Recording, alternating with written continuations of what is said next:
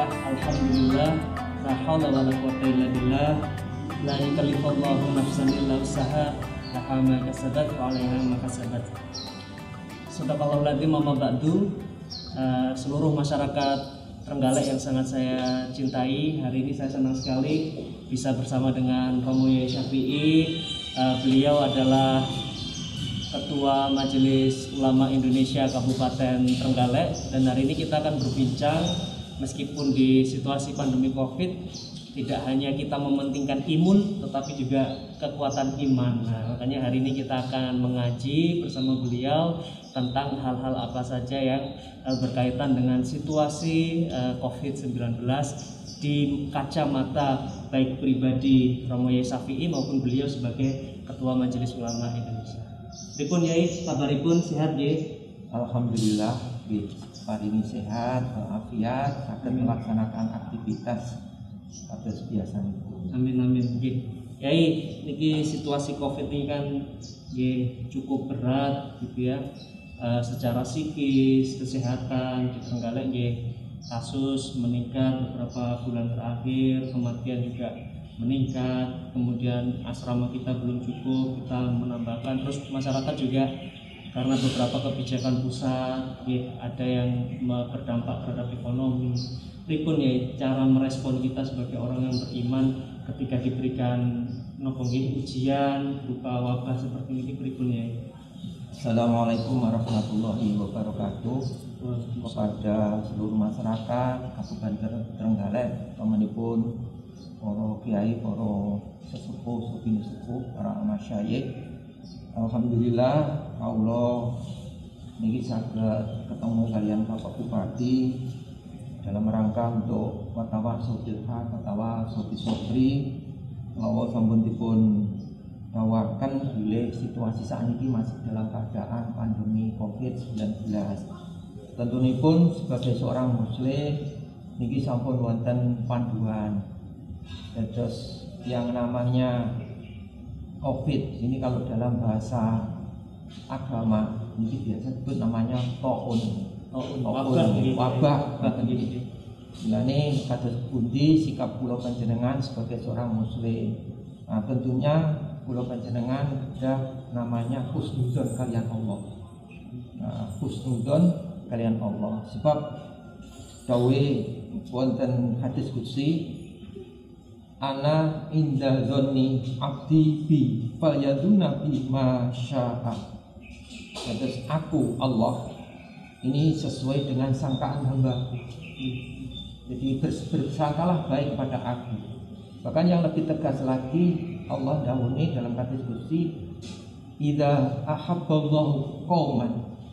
Jadi ketika Allah itu mencintai seorang kaum, ibtalahu, maka tidak segan-segan kaum ini diuji oleh Allah. Diuji oleh Allah. Faman radiya falau ridho, faman sahito falau sukhito. Jadi seandainya orang yang mendapat ujian oleh Allah itu dengan ridho, menerima bahwa Allah ini tentunya akan memberikan yang terbaik, maka Allah akan ridho, akan diberikan yang terbaik lagi. Jadi ini ketika kula panjenengan sudah melaksanakan husnudzon terhadap Allah, maka nanti akan muncul sifat-sifat yang baik yang lain. Misalnya muncul yang namanya tawakal, karena sudah yakin bahwa ini yang terbaik. Karena yang namanya musibah itu sudah disebutkan, qul la yusibana illa ma kataballahu lana wa maulana wa 'alallahi falyatawakkal mu'minun. Jadi semua yang menimpa kepada kita ini adalah datangnya dari Allah, dan Allah lah yang akan menjadi penolong kita. Makanya bertawakallah kepada Allah sebagai orang-orang yang mukmin. Makanya sikap yang berikutnya muncul yang namanya tawakal. Tawakal itu namanya pasrah. Tapi pasrah ini bukan berarti tidak ada ikhtiar. Tidak ada ikhtiar. Setelah kita ikhtiar sesuai dengan aturan, maka kita baru tawakal, pasrah kepada Allah. Nah tentunya ketika kita sudah melalui tawakal ini nanti akan muncul sifat lagi yang namanya sabar. Nah, sehingga dengan adanya seperti situasi seperti ini kita terima dengan ridho, kita terima dengan lapang dada karena sudah ada keyakinan bahwa Allah ini yang terbaik. Bagi Allah ini yang terbaik bagi kita. Cuma kita belum tahu, barangkali ini belum bisa merasakan mana yang baiknya kan.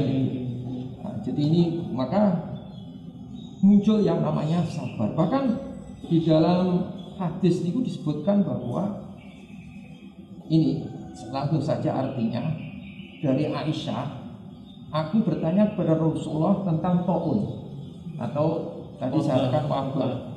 Kemudian Nabi memberitahu kepada Aisyah, ya taun itu merupakan ujian atau bisa dikatakan azab dari Allah yang dikirim oleh Allah kepada siapapun yang dikehendaki. Tapi di balik itu faja'allahu rahmatan. Maka di balik ujian yang diberikan atau bisa dikatakan azab ya, tergantung pulau panjenengan. Kalau kita ini sudah baik masih diberi seperti ini, oh berarti merupakan ini adalah ujian. Tapi kalau kita barangkali masih ada kesalahan-kesalahan, oh berarti ini merupakan peringatan.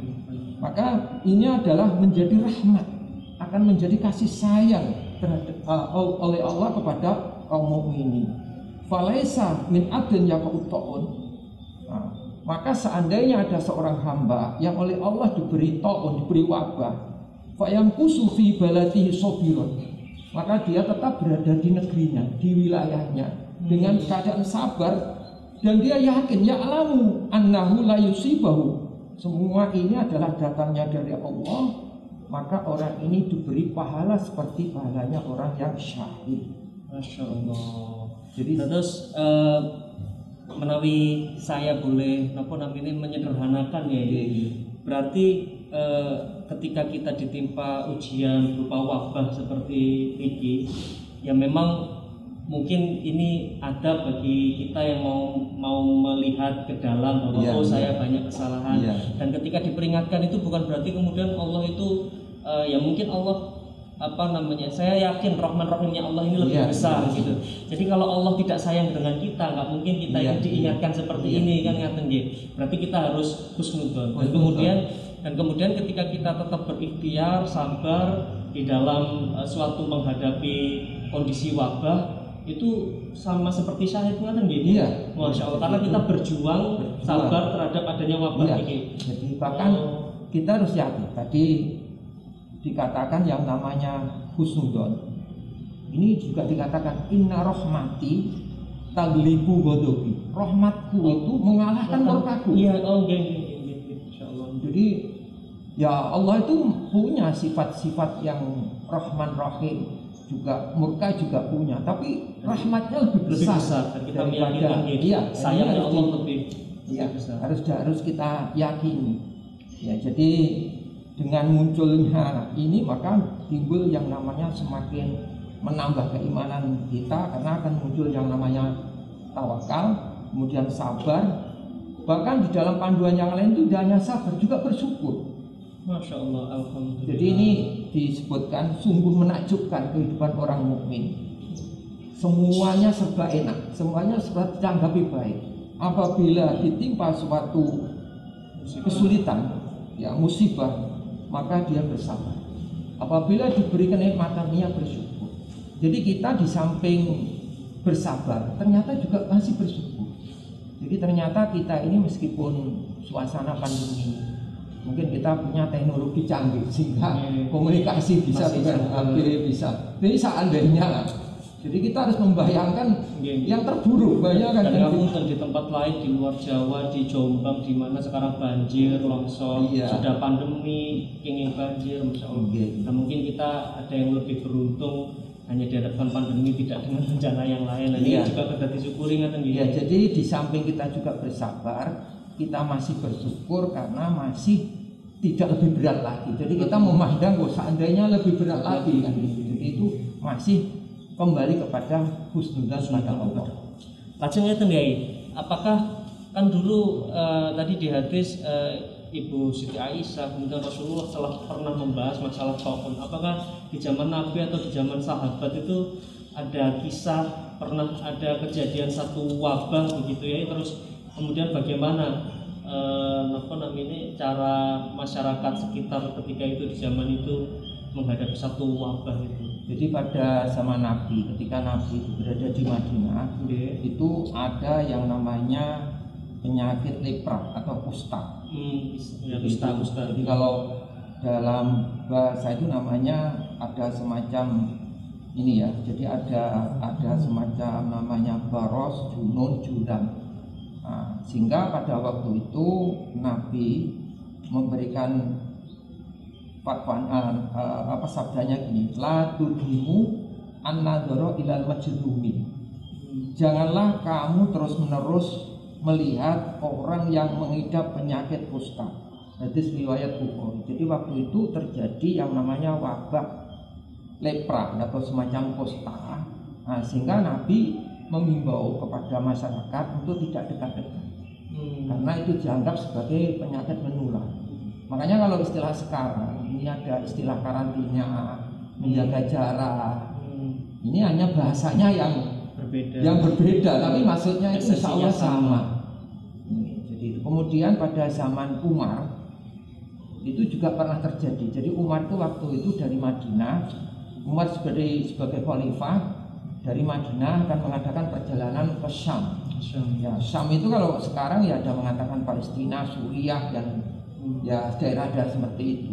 Kemudian sampai di sebuah tempat ya, namanya sebuah tempat itu Sarum ya. Di Sarum itu perbatasan antara Madinah dengan Syam. Maka di situ sudah dihadang, sudah dicegat ya ini oleh gubernur Madinah. Nah, diberitahu bahwa ini ada namanya wabah. Nah, kemudian karena adanya wabah, akhirnya Umar mengadakan musyawarah. Nah, setelah itu akhirnya Umar memutuskan kembali ke Madinah, tidak melanjutkan perjalanan. Maka di situ tempat dibantah. Ya Amirul Mukminin, berarti panjenengan ini lari dari takdir. Maka oleh Umar dijawab, iya, saya lari dari takdir Allah menuju takdir Allah berikutnya. Maka setelah itu langsung juga ada sahabat yang menjelaskan, ternyata itu juga disabdakan oleh Nabi. Jadi ini apa yang dikatakan oleh Umar ini ternyata disahihkan dengan salah satu sahabat. Iya, di salah satu sahabat dibenarkan ini, idza sami'tum bi ardin fala taqdimu alaihi wa idza qa'a bi ardin wa antum fiha fala takhruju firaran minhu. Jadi apabila di sebuah negeri, sebuah daerah kamu ada wabah ya, maka kamu jangan mendatangi tempat itu. Tapi sebaliknya, kalau kamu sudah berada di sebuah negeri yang ada wabah, jangan keluar dari negeri itu. Nah, ini sama dengan yang diterapkan oleh pemerintah dalam hal ini adalah istilahnya ada istilah menjaga jarak, kemudian ada isolasi. Jadi kita ini supaya semuanya itu aman. Jadi dipisahkan antara yang sakit dengan yang sehat. Kemudian kalau ada di satu wilayah yang terdapat wabah, yang di dalam jangan keluar, yang dari luar jangan memasuki wilayah tersebut. Oh, itu dawuhnya Kanjeng Nabi ngaten nggih? Dawuhnya Kanjeng Nabi yang pada waktu itu Umar itu ya berdasarkan istihadnya, kemudian ternyata juga dibenarkan oleh sahabat Nabi yang pernah mendengar Nabi yang dikatakan oleh Nabi. Nah, berarti ini juga pemerintah kan sekarang pusat melalui Subsidi Mendagri nomor 3 tahun 2021 pemberlakuan pembatasan kegiatan masyarakat mikro ya. Jadi nanti di karantina terbatas di skup yang terkecil di lingkungan, di RT. Jadi yang katakanlah di RT tersebut ada yang positif ya. Kalau positif kan pasti ada kontak erat karena kan tidak mungkin orang Trenggalek ini kan jiwa sosialnya tinggi, tidak mungkin tidak berinteraksi dengan lingkungan. Nah, lingkungan di sekitar nanti dikarantina, tetapi kebutuhan logistik bahkan ternak nanti dicukupi oleh pemerintah dari desa maupun pusat. Nah, kalau kayak gitu berarti pendekatan seperti itu juga benar ya secara syariat. Insya Allah benar, dan itu teks hadis itu kan sudah jelas. Cuma bahasanya yang mungkin tidak menyebut karantina, tapi isinya jadi maksudnya itu kan sama. Jadi supaya yang namanya wabah itu tidak terjadi penularan. Entah metodenya gimana, ini tentunya ya kita sebagai orang yang diberi akal oleh Allah untuk mengembangkan sendiri sesuai konteks kita gitu. Iya, sesuai dengan konteks kita. Nah, terus karena ini kan kalau demam berdarah itu kan mediumnya nyamuk ya, nyamuknya dibasmi, wabahnya bisa selesai. Terus kemudian penyakit-penyakit yang lain kayak flu burung gitu kan kemarin unggas-unggas dibasmi, divaksinasi, virusnya tidak sampai ke manusia. Tapi ini kan transmisi virusnya ini dari manusia ke manusia lewat percikan, lewat anu. Nah, saya pernah mendengar di beberapa kali ceramah dimanapun tempat kita menyingkirkan satu duri untuk menyelamatkan orang yang melintas satu jalan saja bernilai pahala ya. Nah, apakah terus kemudian karena kita tahu virus ini bisa menyebar lewat percikan, apakah juga memakai masker ini bisa bernilai pahala ya di kondisi pandemi begini? Ya, jadi itu kan ada juga Al-Quran wala tulqu biaidikum ila tahluka. Jadi jangan kamu itu menjadikan kehancuran pada diri kamu. Jadi pada diri kita juga tidak boleh, kepada orang lain apalagi tidak boleh.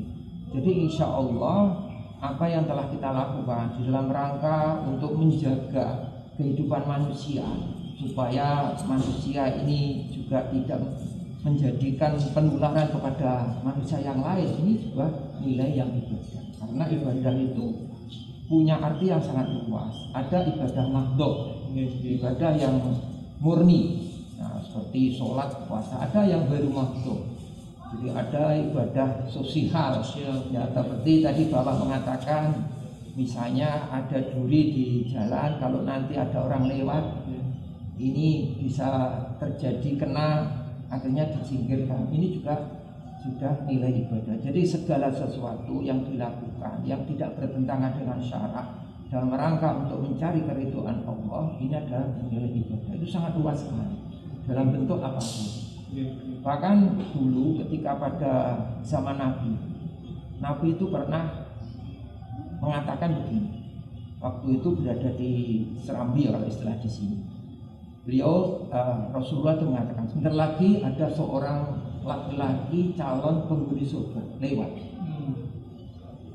Maka semua sahabat itu menunggu lihat. Nah, jadi orangnya itu masih basah dengan air wudhu, dengan memegang seranda di tangan kirinya. Besoknya diulangi lagi, orangnya sama. Sampai yang ketiga kalinya. Sahabat penasaran. Sahabat kemudian penasaran. Jadi ada salah satu sahabat yang akhirnya penasaran. Akhirnya ketika beliau pulang itu dibuntuti. Kemudian setelah sampai di rumah, sahabat ini matur, saya baru saja bertengkar dengan ayah saya.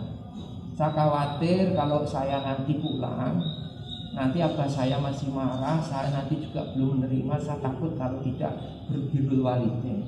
Dimana kalau sementara saya berada di rumah bapak, padahal hanya ingin mengetahui apa amalan si fulan ini. Iya, jadi itu akhirnya orang ini selama 3 hari 3 malam ini tidak menemukan keistimewaan apa tahajud, puasa. Ya, kalau sahabat itu yang namanya sholat jamaah itu kan biasa kan gitu. Tapi kok sampai dikatakan calon penghuni surga kan gitu. Ya akhirnya karena dia itu juga tidak menemukan, dia pamitan, ngapunten Pak, saya ini sebelumnya bohong, tidak tukaran dengan bapak saya, cuma saya ingin melihat amalan-amalan panjenengan karena sudah dikatakan Rasulullah panjenengan calon penghuni surga. Wah, ini karena sudah dibuka oleh Nabi. Terus yang kamu lihat apa? Ya saya tidak menemukan apa-apa. Saya tidak bisa menilai bapak ini istilahnya kok sampai dikatakan calon penghuni surga. Nah, kemudian ya kalau ini karena sudah dibuka oleh Nabi, maka saya mengatakan bahwa saya ini tidak pernah menyakiti orang lain.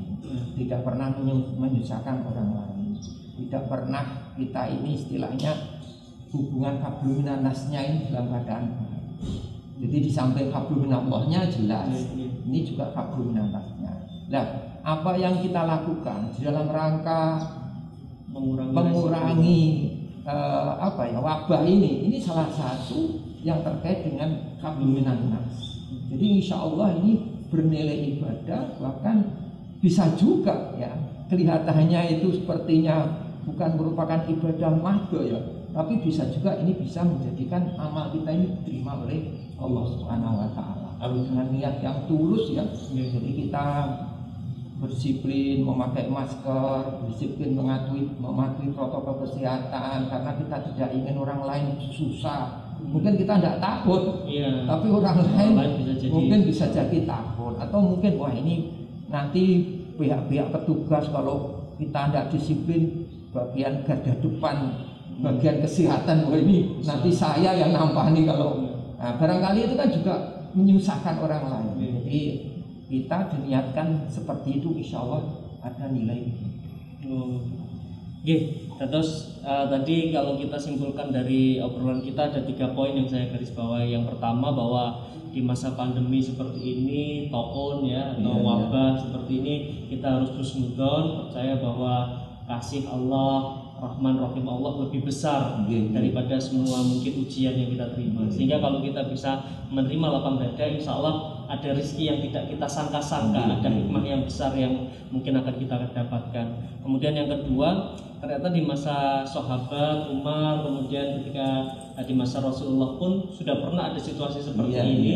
Dan memang diminta ketika ada wabah ya yang daerah yang ada wabah jangan keluar, yang di luar jangan masuk ke dalam. Nah ini konsep yang selama 2 minggu ke depan kita diminta untuk melakukan PPKM mikro ya. Nah ini semacam membatasi, mengkarantina wilayah tapi kecil. Jadi kalau kita karantina seluruh Trenggalek kan orang Trenggalek tidak bisa kemana-mana, nanti secara ekonomi juga kurang baik. Tetapi kalau kita bisa skupnya lebih mikro, jadi yang kita tangani mungkin hanya 30-50 rumah yang memang ada positif di situ. Nah sehingga yang lain nanti bisa beraktivitas berangsur-angsur normal kembali. Karena harapannya ya yang yang berekonomi juga bisa berjalan, yang mungkin ada kegiatan sosial juga bisa berjalan. Itu ke depan harapannya seperti itu. Kemudian yang ketiga tadi, ternyata sesimpel menggunakan masker jika diniati untuk melindungi diri kita, kesehatan kita dan orang lain, ternyata bisa bernilai ibadah. Jadi semua protokol kesehatan kalau kita jalankan itu punya nilai ibadah gitu ya. Nilai ibadah, Masya Allah. Yang terakhir mungkin bisa disampaikan ke seluruh tokoh agama, tokoh masyarakat, seluruh masyarakat, mungkin kalimat penutup atau statement penutup dari Kiai. Agar kita ini ya kuat imun, ya kuat iman ya, dan terus bahagia menjalankan apapun takdir Allah yang diberikan oleh kita dan terus bersyukur gitu. Ya, jadi apa yang saya katakan tadi mudah-mudahan benar-benar bisa kita laksanakan bersama-sama. Tentunya yang juga tidak kalah pentingnya adalah kita bersama-sama memohon pada Allah, munajat kepada Allah di samping usaha-usaha yang kita lakukan.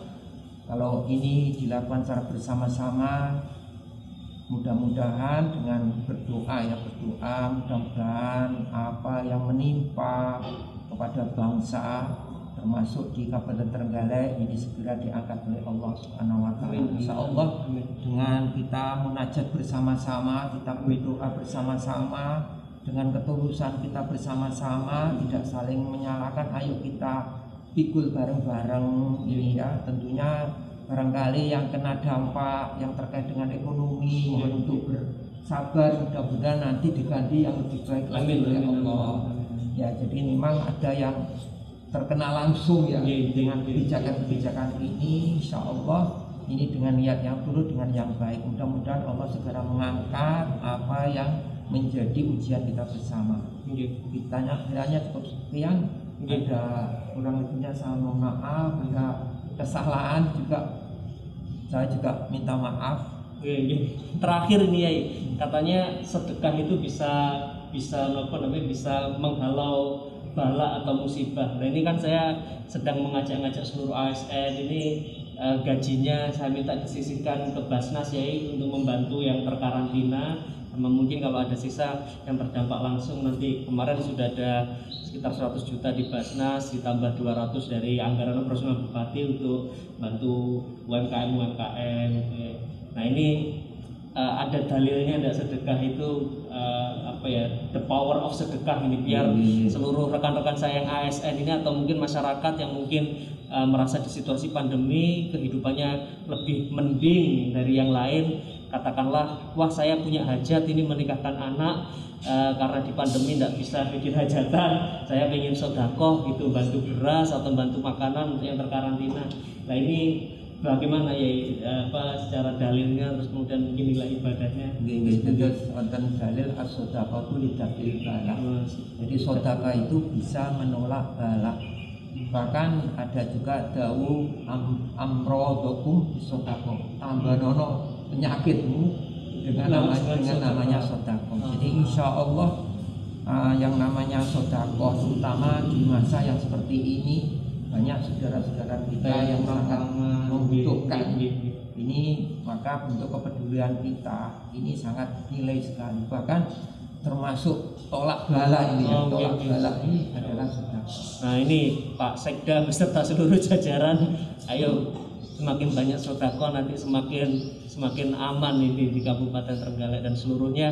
Saya minta masyarakat juga kerso untuk gotong royong membantu, khususnya kalau di desa-desa yang ada karantina wilayah. Saya yakin nanti ternaknya itu juga butuh hijauan, yang mungkin ada yang nyumbang ramban gitu, ada yang mungkin bahan pokok, meskipun dari desa dan dari kabupaten sudah memikirkan untuk itu, tapi tidak ada salahnya ini demi kesolidaritasan kita.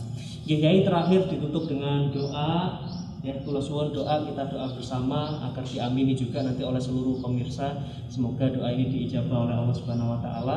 Dan saya juga Muhammad Nur Arifin, jika menghantarkan acara ini punya banyak kesalahan, saya juga mohon maaf kepada seluruh masyarakat Kabupaten Trenggalek. Monggo ya, doa dipersilakan. Alhamdulillah Nabi Mustafa Sayyidina wa Habibina wa Syafi'ina wa Qurrati A'yunina wa Maulana Muhammadin sallallahu alaihi wasallam.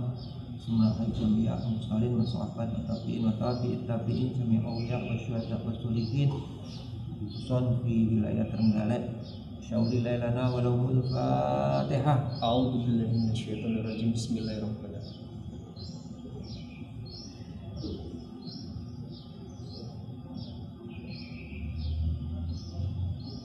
Allahumma sholli wa sallim ala sayyidina Muhammad wa ala ali sayyidina Muhammad.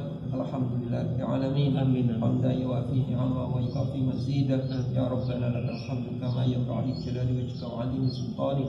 Allahumma sholli salatan tunjina biha jami'al afat wa taqdi lana biha jami'al hajat wa tutahhiruna biha jami'as sayyi'at wa tarfa'una biha 'ala darajat wa tuballighuna biha al-ghayat min jami'il khairat fil hayati wa ba'da mamat.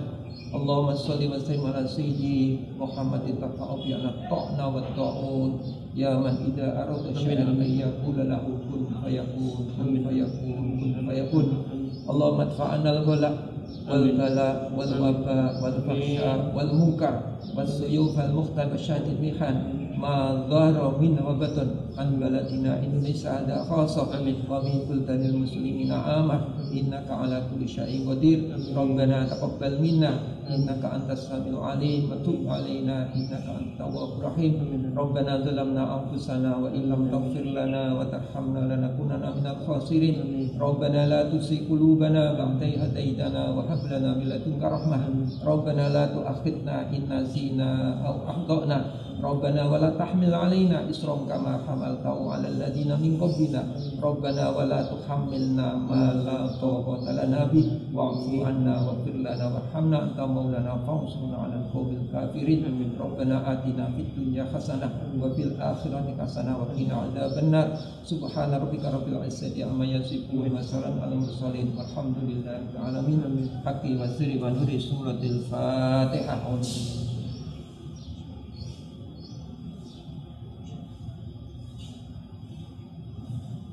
Oke, sembah nuwun Mbah Yai atas waktunya. Mugi-mugi pinaringan sehat selalu, dan terus nanti di kesempatan lain kita ngaji lagi ya, mungkin dengan topik-topik yang lain. Dan saya terima kasih kepada seluruh masyarakat, doa terbaik untuk seluruh masyarakat Kabupaten Trenggalek kami akhiri. Wallahu muwaffiq ila aqwamit thoriq. Assalamualaikum warahmatullahi wabarakatuh.